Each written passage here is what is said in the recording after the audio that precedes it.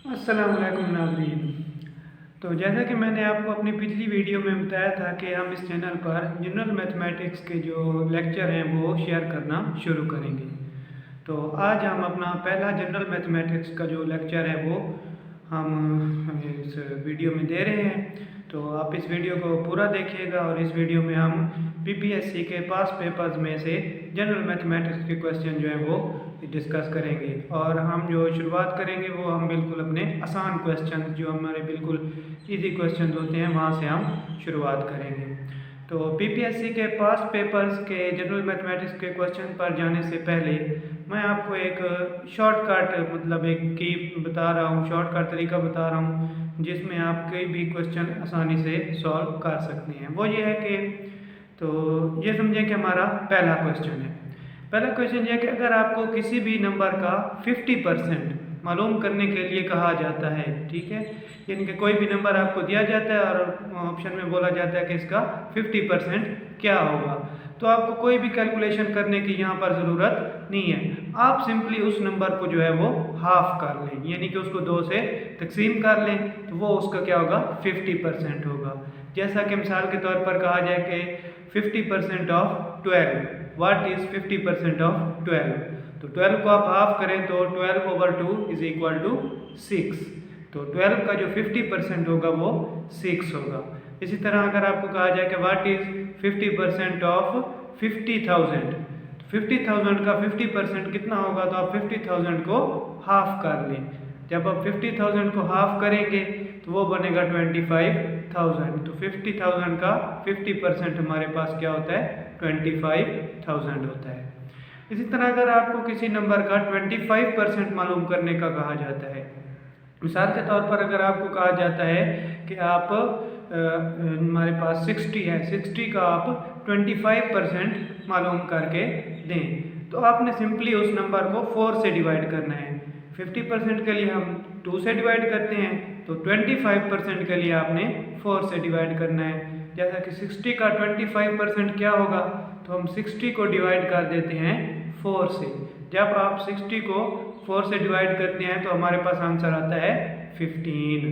तो 15 जो होगा वो 60 का 25% होगा, ठीक है। तो ये 50% या 25% अगर किसी भी नंबर का आपसे पूछा जाता है तो आपने सिंपली उन नंबर्स को 50% के लिए 2 से यानी कि उसको हाफ कर लेना है और 25% के लिए आपने 4 से उसको डिवाइड कर लेना है। अब हम इसी परसेंटेज वाली अपने कुछ बहुत इजी क्वेश्चन जो पीपीएससी के पास पेपर से लिए गए हैं वो हम यहाँ पर डिस्कस करते हैं। तो पहला क्वेश्चन जो है बिल्कुल ही इजी क्वेश्चन है कि 18 इज़ 75% ऑफ, यानी कि वो पूछ रही हैं कि एक नंबर है उसका 75% जो है वो हमारे पास 18 यानी कि 18 है, तो वो नंबर खुद क्या होगा, वो नंबर आप हमें मालूम करके दें। तो इसका क्या तरीका है कि हम सपोज करते हैं कि वो नंबर हमारे पास x है। अब x का जो 75% है वो 18 है, तो x को हम मल्टीप्लाई करेंगे 75% से। x multiplied by 75% is equal to 18। 75% को फ्रैक्शन की फॉर्म में हम लिखते हैं 75/100। तो x multiplied by 75/100 is equal to 18। इसी तरह 100 जो है वो इस x वाली साइड पे हमारे पास डिनोमिनेटर में है, तो दूसरी साइड पे यानी कि इधर वो बट्टे के नीचे है तो 18 वाली साइड पे वो बट्टे के ऊपर चला जाएगा। इसी तरह 75 जो है वो नॉमिनेटर में है यानी कि बट्टे के ऊपर है, तो वो दूसरी साइड पे जब हम उसको लेके जाएंगे तो वो बट्टे के नीचे आ जाएगा यानी कि डिनोमिनेटर में, यानी कि फ्रैक्शन जो है ये रेसिप्रोकल हो जाएगी, उलट जाएगी। तो x हमारे पास बराबर आ जाएगा 18 ज़रब 100/75 यानी कि 75। तो इस फ्रैक्शन को जब आप इजीली हल कर लेंगे तो इसका आंसर आएगा 24, यानी कि 24 का 75% जो है वो हमारे पास 18 है, ठीक है। तो बिल्कुल इजी है क्वेश्चन ये। अच्छा, अगला क्वेश्चन जो है हमारे पास वो भी बिल्कुल ही इजी है, वो है कि व्हाट परसेंट ऑफ 12 इज 3, यानी कि 3 जो है वो 12 का कितने परसेंट है। यानी कि टोटल आपका एक टेस्ट हुआ है, आपके टोटल 12 नंबर थे, तो आपके उसमें से सिर्फ 3 नंबर आए हैं, तो आपके कितने फीसद नंबर आए हैं, तो ये मालूम करके दें। तो जो नंबर हमारे पास परसेंट होता है किसी दूसरे नंबर का, तो हम उस छोटे नंबर को नॉमिनेटर में रखते हैं और बड़े नंबर को डिनोमिनेटर में रखते हैं, यानी कि छोटा नंबर बट्टे के ऊपर और बड़ा नंबर बट्टे के नीचे, और उस सारी फ्रैक्शन को मल्टीप्लाई कर देते हैं हम 100 से, यानी कि 3/12 मल्टीप्लाइड बाय 100, तो ये हमारे पास आ जाएगा 25। तो 3 जो है वो 12 का कितने परसेंट है, 25% है। इसी तरह एक और इजी सा क्वेश्चन जो पीपीएससी के पास पेपर से लिया गया है, वो है व्हाट इज 14% ऑफ 1400, यानी कि 1400 का 14% कितना होगा।